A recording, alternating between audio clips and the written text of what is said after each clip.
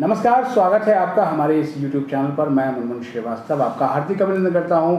अगर आपने CUT exam नहीं दिया है और आप एक गर्ल कैंडिडेट हैं और आपको लगता है कहीं मेरा साल ख़राब ना हो, तो आप दिल्ली विश्वविद्यालय के NC वेब में आवेदन कर सकती हैं। अभी भी NC वेब में आवेदन की डेट बची हुई है। हालांकि जो पहली कट ऑफ आने की घोषणा हो चुकी है। आप स्क्रीन पर देख रहे हैं, मौजूद हैं प्रोफेसर गीता भट्ट, जो कि निदेशक हैं non collegiate women's education board, जिसको की शॉर्ट में NC वेब के नाम से जाना जाता है। और आइए उनसे जानते हैं कि अभी क्या कर सकते हैं ये स्टूडेंट्स और अभी तक रजिस्ट्रेशन कितना हो गया। स्वागत है प्रोफेसर भट्ट हमारे चैनल पर। नमस्कार मुनमुन जी, आपके चैनल के सभी दर्शकों को भी मेरा नमस्कार। NC web non collegiate women education board में अभी तक हमारे जो है काफ़ी रजिस्ट्रेशंस हो चुके हैं और अभी हमारा रजिस्ट्रेशन जो है वो अभी खुला हुआ है। और जैसा कि आपने भी अभी बताया, जो नॉन CUET जो ऐसे ऑप्शंस जो दिल्ली में अभी जो अवेलेबल हैं, उनमें से non collegiate women education board भी एक ऐसा ऑप्शन है जहां बच्चे की 12वीं कक्षा का जो रिज़ल्ट है उसके आधार पर, मेरिट के आधार पर एडमिशन होगा। तो जो बेस्ट ऑफ 4 सब्जेक्ट्स और एक लैंग्वेज +1 करके इसमें आपको बच्चे को एडमिशन मिल सकता है। तो हम जो है ये अपेक्षा कर रहे हैं कि अभी हमारी जो एडमिशन का जो रजिस्ट्रेशन है वो खुला हुआ है और 17 तारीख शाम तक हमारा रजिस्ट्रेशन, 17 अगस्त तक अभी खुला हुआ है। तो दिल्ली की जो लड़कियां हैं जो कि दिल्ली विश्वविद्यालय से अपना पढ़ाई करना चाहती हैं BA या BCom का, वो non collegiate women education board के माध्यम से दिल्ली विश्वविद्यालय में पढ़ सकती है और उसके लिए रजिस्ट्रेशन अभी खुला है 17 तारीख तक, 17 अगस्त तक। अब तक मैम लगभग कितना रजिस्ट्रेशन हो चुका होगा? हमारा लगभग 21,000 के करीब रजिस्ट्रेशन हमारा हो चुका है और हमारे पास लगभग 15,210 सीट हैं टोटल फर्स्ट ईयर में। यह सारी सीटें अलग अलग जो दिल्ली विश्वविद्यालय के कॉलेज हैं, वही कॉलेज वीकेंड पे, सैटरडे संडे में नॉन कॉलेजेस सेंटर की तरह काम करते हैं। तो दिल्ली विश्वविद्यालय के 26 ऐसे कॉलेज हैं जो कि वेबसाइट में जो हमारा ब्रोशर है और वैसे भी हमारी वेबसाइट में वो सारे कॉलेजेस की लिस्ट है, अवेलेबल है। दिल्ली विश्वविद्यालय की भी जो वेबसाइट और जो ब्रोशर है उनका, उसमें भी सारे कॉलेजेस की लिस्ट अवेलेबल है।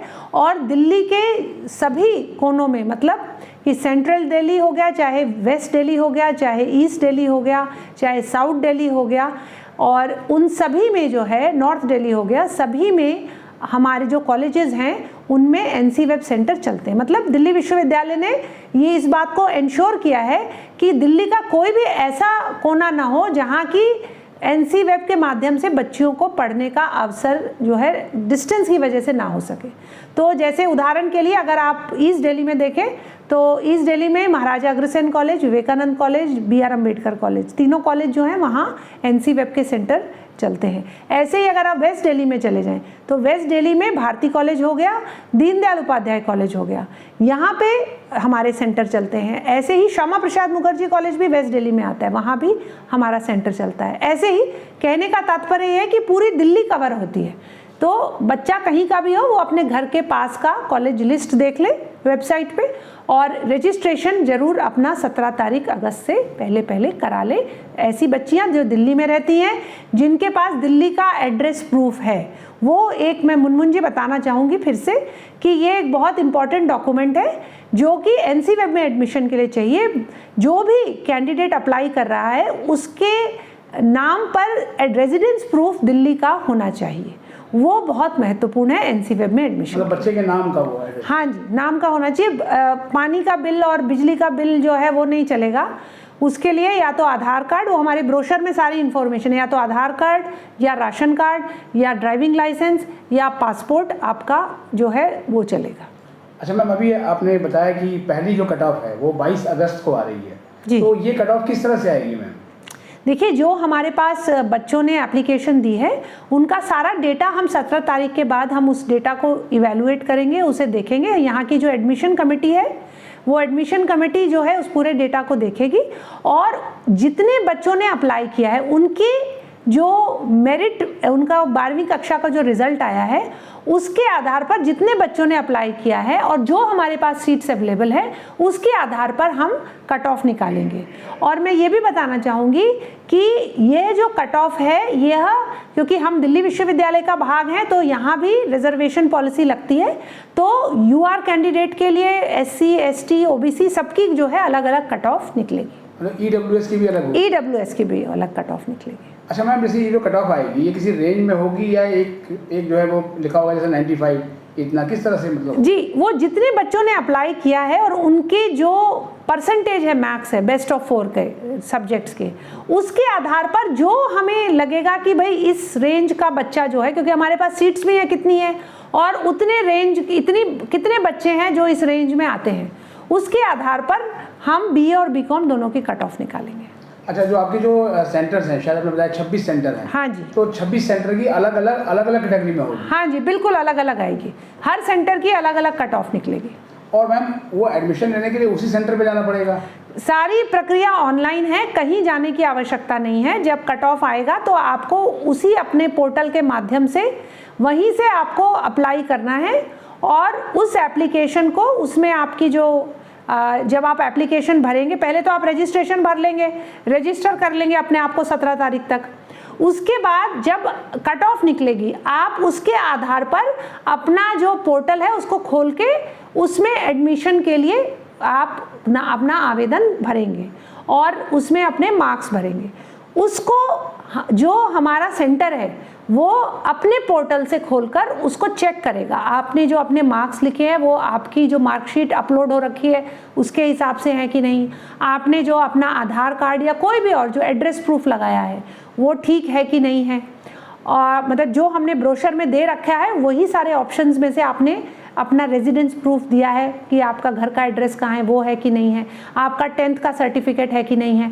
और उसको जब वो इवैल्यूएट कर लेगा, पूरा जो शेड्यूल है हमारा वो अभी क्या बोलते हैं कल जो है वो हमारा शेड्यूल वेबसाइट पे आ जाएगा पूरा का पूरा 22 तारीख से आगे का।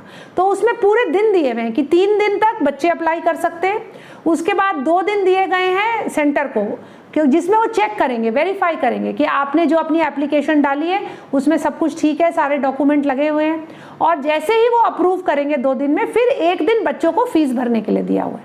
तो वो सारा शेड्यूल कल अपलोड हो जाएगा और वो शेड्यूल जो है या आज शाम को ही यूनिवर्सिटी उसको अपलोड कर देगी और उस शेड्यूल के अकॉर्डिंग बच्चा देख के अपना जो अब उसको पता है कौन से दिन वेरीफाई होके फीस भरनी है, फीस भर देगा और रिसीट जनरेट हो जाएगी। और जो फी पेमेंट है मैम वो भी ऑनलाइन करनी होगी? फी पेमेंट भी ऑनलाइन है, सब कुछ सारी प्रक्रिया दिल्ली विश्वविद्यालय ने ऑनलाइन रखी है। मतलब कहीं उनको जाने की जरूरत? कहीं जाने की आवश्यकता नहीं है। पर एक बात मैं आपके माध्यम से जरूर बताना चाहूँगी कि जो भी कैंडिडेट्स अपना एप्लीकेशन फॉर्म भरेंगे, कृपया ईमेल आईडी वो बहुत महत्वपूर्ण है। ज़्यादातर कई बच्चियाँ कैफ़े में जाती हैं, कैफ़े में जाकर वहाँ वो बैठकर अपना कराती हैं पूरा एप्लीकेशन प्रोसेस। तो जो कैफ़े वाले हैं वो अपना ईमेल आईडी डाल देते हैं। तो उसके बाद अगर कोई भी क्वेरी है, जैसे सपोज कोई डॉक्यूमेंट नहीं अपलोड हुआ है, उस डॉक्यूमेंट को अपलोड कराना है, उसकी क्वेरी कॉलेज ने आपको आपके पोर्टल पे भेजी है या आपके ईमेल पे वो इन्फॉर्मेशन आएगी, तो ईमेल क्योंकि वो कैफे वाले का ईमेल है तो वहां चली जाएगी, आपके पास वो सूचना आ ही नहीं पाएगी, देख नहीं पाएगा बच्चा। हाँ, तो या तो अपना या अपने माता पिता का, भाई बहन, जिनका आपको वो सूचना दे सके। ईमेल आईडी आप बहुत ध्यान रखें, कैफे के ईमेल आईडी ना उपयोग करें। यानी कोई भी जो कम्युनिकेशन है मैम वो ईमेल के जरिए ही की जाए? जी बिल्कुल। और एक चीज़ और भी है मैम, मान लिया कि जैसे आपके जो सेंटर है, एक सेंटर पे बच्चे का कट ऑफ में आ गया, मान लीजिए पहली कट ऑफ में आ गया 22 तारीख को नंबर आ गया जी, उसने वहाँ एडमिशन ले लिया, बाद में अगर वो चाहता है कि यहाँ से कैंसिल करा के अगली कट ऑफ में कहीं और आए तो जा सकता है, मूवमेंट कर सकता है?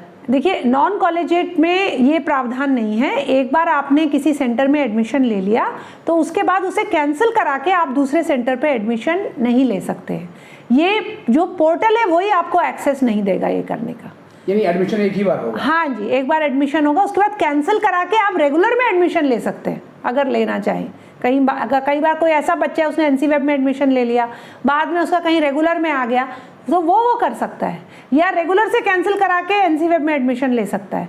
लेकिन NC web two NC web जो ट्रांसफ़र है या एडमिशन कैंसिल करा के दूसरी जगह एडमिशन कराना, उसका प्रावधान नहीं है, और ये हमने अपने ब्रोशर में भी दिया हुआ है। अभी कट ऑफ आने और जो 17 जो रजिस्ट्रेशन होना है, जैसे जो फ्रेश होंगे वो 17 जिन्होंने रजिस्ट्रेशन करा लिया है, अब तो वो कट ऑफ का इंतजार कर रहे हैं जी, उनको आप चलते चलते क्या कहेंगे? मैं तो उनको यही कहना चाहूँगी कि आप जो है सबसे पहले NC वेब का जो वेबसाइट है www.ncweb.du.ac.in, इसको आप लगातार देखते रहें। जितने भी नोटिफिकेशन है वो हमारी NC वेब की वेबसाइट पे आएंगे, और साथ ही साथ दिल्ली विश्वविद्यालय की जो एडमिशन की वेबसाइट है उस पर भी सारे नोटिफिकेशंस रहेंगे। तो आप कभी भी जो सूचना है उसको लगातार 22 तारीख से देखते रहें, ताकि आप कहीं मिस ना करें एडमिशन। कई बार ऐसा होता है बच्चे ध्यान नहीं देते और कट ऑफ में उनका सपोज नंबर आ गया, लेकिन अगर वो दिन उनका मिस हो गया, उन्होंने उस समय अपना फॉर्म नहीं भरा, तो फिर उनको इंतज़ार करना पड़ता है स्पेशल कट ऑफ के आने का, और उसमें सीट्स बचेंगी नहीं बचेंगी इसकी कोई गारंटी नहीं होती है।